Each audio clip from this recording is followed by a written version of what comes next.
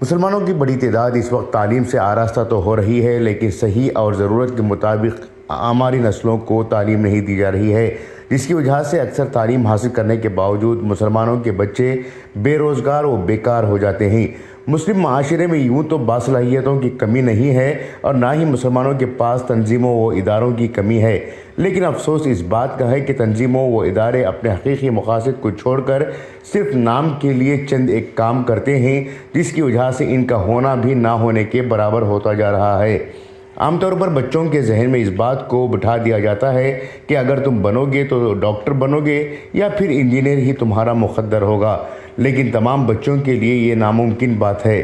تمام بچوں کی ذہنیت، صلاحیت اور مالی طاقت یکساں نہیں ہوتی۔ جن بچوں کے پاس غیر معمولی دماغی صلاحیتیں ہوتی ہیں وہی بچے اعلیٰ تعلیم تک پہنچتے ہیں، اور جو بچے معمولی صلاحیت کے حامل ہوتے ہیں ان کے لیے کورسز بہت ہی مشکل بن جاتے ہیں۔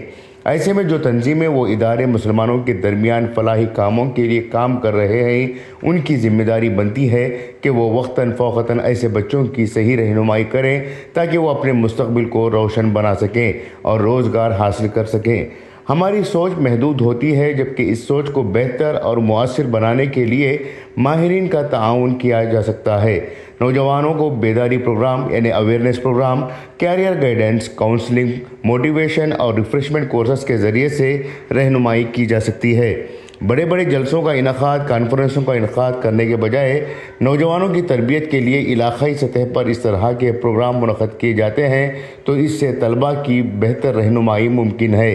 نوجوان نسل کی تربیت کی ذمہ داری صرف والدین یا اسکولوں و کالجوں کی یا اساتذہ کی نہیں بلکہ سماج کے ہر اس شخص کی ہے جو سماج کو بہتر بنانا چاہتا ہے۔ جب تک مسلم نوجوانوں کو تعلیم و روزگار سے جوڑا نہیں جاتا اس وقت تک مسلمانوں کی فلاح و بہبودی ممکن نہیں ہوگی، نہ ہی مسلمانوں کی پسماندگی دور ہوگی۔ اپنے اطراف و اکناف کا جائزہ لیں، غور کریں کہ کس طرح سے ہمارے نوجوان بے روزگاری کا شکار ہو رہے ہیں اور تعلیم یافتہ ہو کر بھی وہ روزگار حاصل نہیں کر پا رہے ہیں۔ کسی ڈگری کا حاصل کرنا کوئی بڑا کام نہیں ہے، ڈگری کے ساتھ صلاحیتوں کو ترتیب دینا اہم کام ہے۔ اس کام کو انجام دینا وقت کی اہم ضرورت ہے۔ چھوٹے چھوٹے کورسز جیسے ITI، vocational courses, certificate courses کے ذریعے سے ڈگری کیے ہوئے طلباء کو نئی راہ مل سکتی ہے اور ان کے لیے روزگار کے مواقع زیادہ ہو سکتے ہیں۔ مثلاً BCom کرنے والا نوجوان کو اکاؤنٹنٹ کی نوکری آسانی سے نہیں ملتی، نہ ہی BCom کیا ہوا نوجوان اکاؤنٹس میں یکساں ماہر ہو جاتا ہے، بلکہ اسے BCom کے بعد GST، tax practice, company secretary, commerce practice, Tally میں سرٹیفکیٹ کورس کرنا پڑے گا۔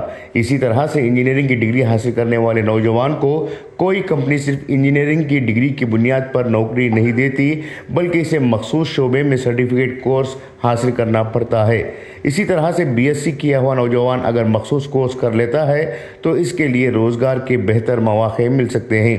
ان تمام باتوں کو نوجوانوں کے دماغ میں ڈالنے کی ذمہ داری فلاحی تنظیموں کی ہے۔ اگر وہ ایسے کاموں کو انجام دیتے ہیں تو یقیناً یہ نوجوان ملت کا سرمایہ بن سکتے ہیں۔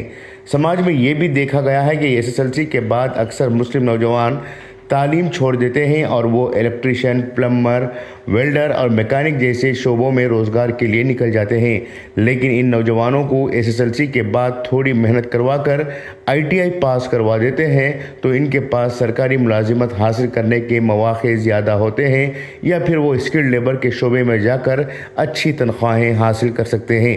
آنے والے کچھ سالوں میں عرب سمیت مختلف ممالک میں اسکلڈ لیبر کی بڑی مانگ ہونے والی ہے، جس کے لیے ITI کا ہونا ضروری ہے۔ اگر مسلمان اپنے بچوں کو سیدھے طور پر میکینک یا الیکٹریشین بنانے کے بجائے ITI electrician, ITI mechanic, ITI welder جیسے کورسز میں داخلے دلوا کر تعلیم سے فارغ کرواتے ہیں تو اس کا زیادہ فائدہ ہوگا اور سماج میں یہ نوجوان تعلیم یافتہ کہلانے کے ساتھ ساتھ قابل لوگوں میں بھی شمار ہونے لگیں گے۔